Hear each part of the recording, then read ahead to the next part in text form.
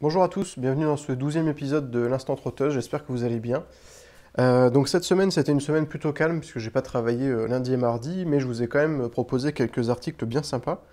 Notamment, lundi, j'ai publié un premier article, peut-être d'une longue série, on verra, qui s'appelle la Vintage du mois. Alors l'idée, c'est simple, c'est de présenter en fait une montre d'occasion, parce que c'est vrai que je parle quasiment uniquement de montres qu'on va trouver neuves, alors que pourtant on a des montres un peu anciennes ou un petit peu originales, qu'on peut trouver à souvent de très bons prix. Et donc voilà, donc le premier c'était sur une montre Seiko. Alors c'est assez facile de trouver des bonnes montres Seiko d'occasion parce que ça vieillit très bien et que les prix restent, alors ils restent un petit peu élevés mais ils restent accessibles quand même pour le niveau de gamme que c'est. Et donc c'était la Seiko 7002, donc c'est une montre type plongeur qui est, il me semble, du milieu des années 90 et qu'on trouve aux alentours de 100-120 euros. Donc ce qui reste un prix très convenable puisque voilà, Seiko c'est quand même une très bonne qualité et en plus une montre automatique, etc. Donc voilà. Je vous invite à aller voir. Ça vous a beaucoup plu, j'ai eu de très très bonnes réactions dessus, même sur le post, sur le partage Facebook, il y a eu beaucoup de personnes qui ont aimé l'article. Donc du coup j'en ferai d'autres évidemment, je vais essayer d'en faire un par mois, ce serait pas mal. Et puis oui, donc aussi mercredi, un test qui a été publié, un test un petit peu original par rapport à ce que je fais d'habitude, puisque c'est le test d'un chrono. Alors un chrono très typé course automobile, hein, puisque c'est un chrono type gousset. Ça vous a pas mal plu, pas autant que je l'espérais, mais voilà, j'imagine qu'il faut aussi le temps qui justement remonte à la surface. Et puis c'est vrai que c'est un objet quand même assez spécial, assez spécifique. Et alors voilà, donc moi c'est un objet que j'aime beaucoup. Après c'est vrai que il n'a pas grand intérêt parce que c'est pas forcément il va pas forcément vous servir tous les jours. Mais c'est vrai que pour les collectionneurs et les amateurs d'horlogerie et de course automobile d'ailleurs, c'est vraiment un très beau jouet en fait avec lequel on va s'amuser, enfin qui va être amusant à utiliser et avec lequel on va pouvoir prendre du plaisir justement à le manipuler, etc. Parce qu'en plus de ça, donc c'est un chronographe de marque Anhart.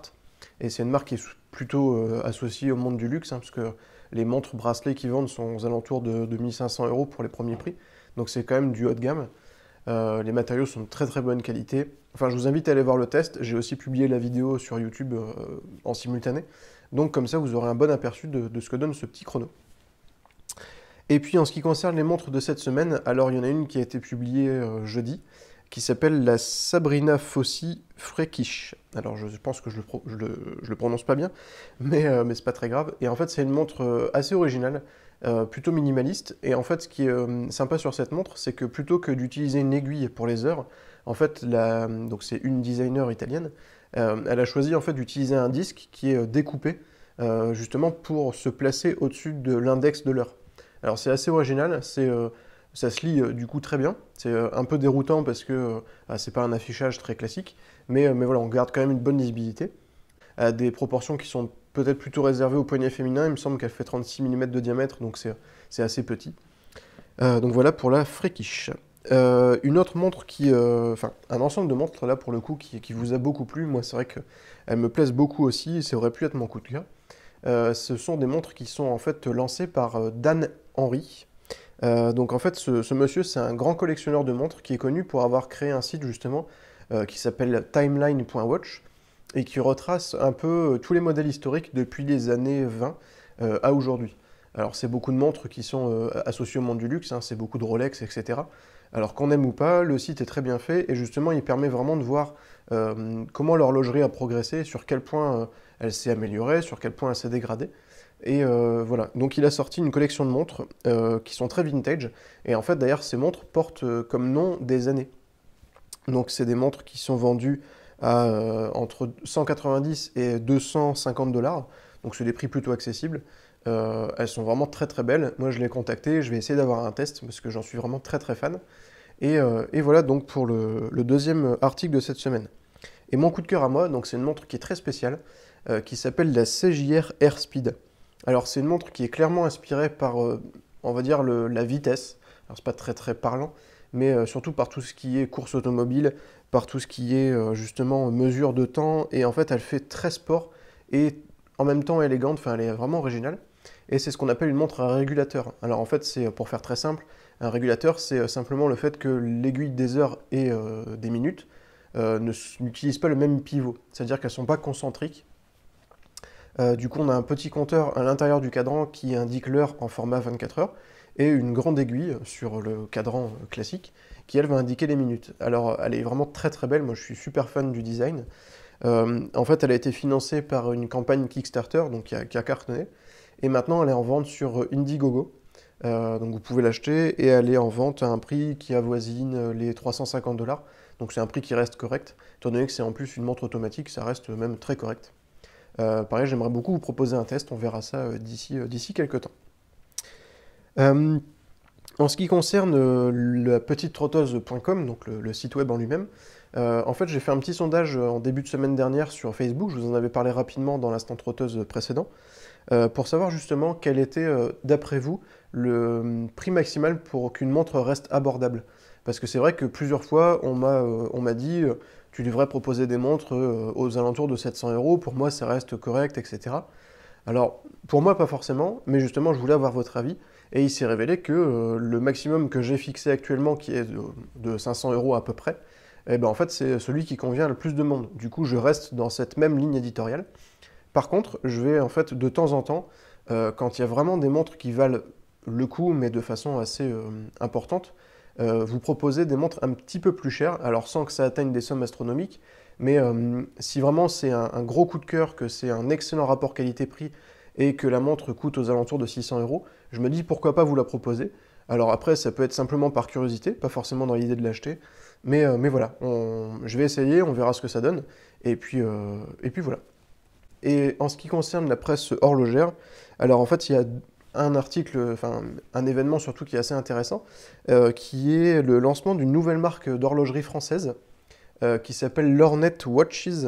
Alors c'est un peu dommage qu'il y ait Watches dans un nom de marque française, c'est pas très français. Pour l'instant c'est un modèle unique, c'est un modèle squelette, donc c'est-à-dire qu'on voit à travers le cadran tout le mécanisme. Donc j'ai pas le prix parce qu'il n'est pas clairement inscrit sur le site, j'imagine que c'est plutôt orienté haut de gamme. Mais voilà, c'est une nouvelle marque française, donc ça me faisait plaisir de vous en parler. Et puis, alors ça ne concerne pas directement la presse, mais plutôt indirectement. En fait, j'ai rencontré cette semaine le gérant de la boutique Seiko lilloise qui vient d'ouvrir.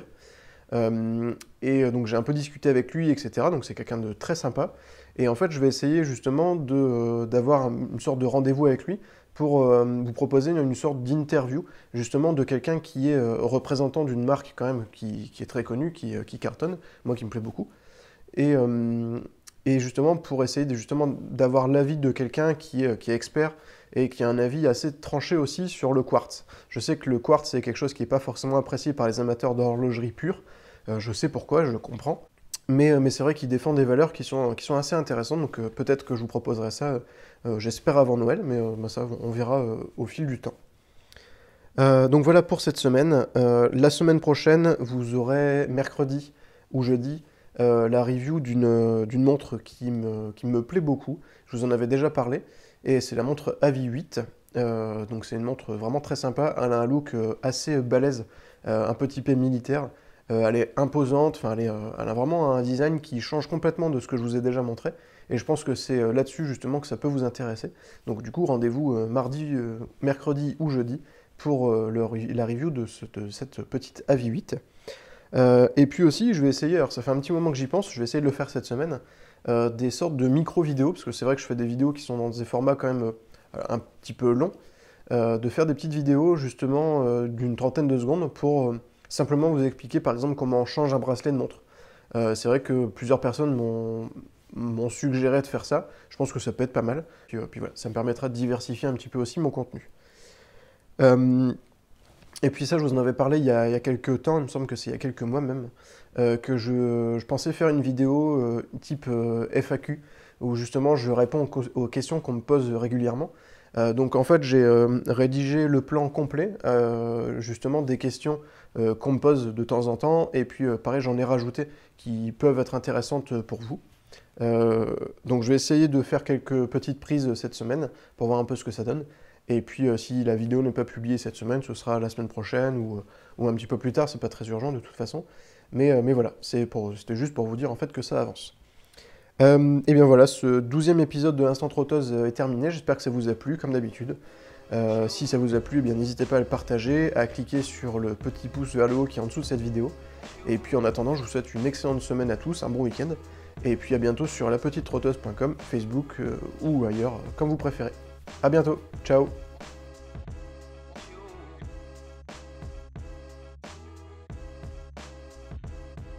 Mais donc oui, nouvelle montre qui... nouvelle...